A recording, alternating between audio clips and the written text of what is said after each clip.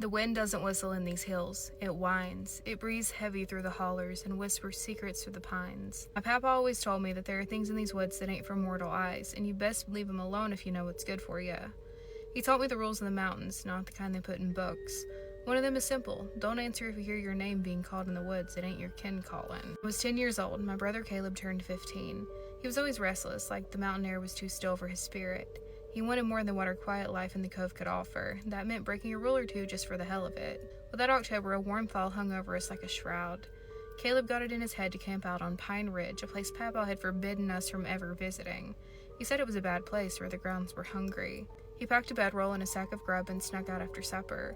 The moon was a pale silver above the hills, and the shadows were long and hungry looking. I watched him go from my bedroom window, a knot of fear in my stomach.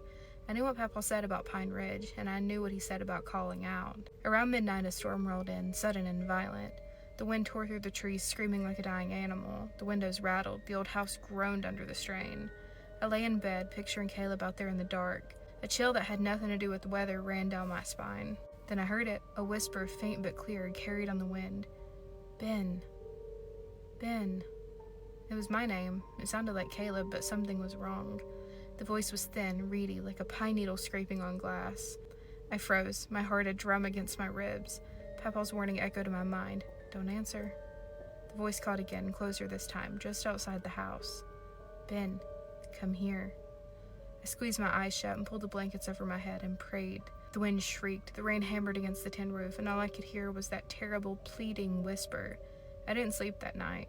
When dawn finally broke, pale and watery, the storm was gone. I ran outside straight to Caleb's bed, but it was empty. The sack of food was gone too. The next 2 weeks were a blur of searching. The sheriff came and the rescue team scoured the ridge.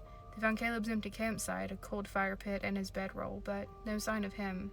The search was called off, and everyone said he must have fallen and his body was washed away, but Papa shook his head and looked at the woods with deep sadness. That winter, the winter of Caleb's disappearance, was long and cold. The house was quiet, and the mountains seemed to breathe with a different sort of silence.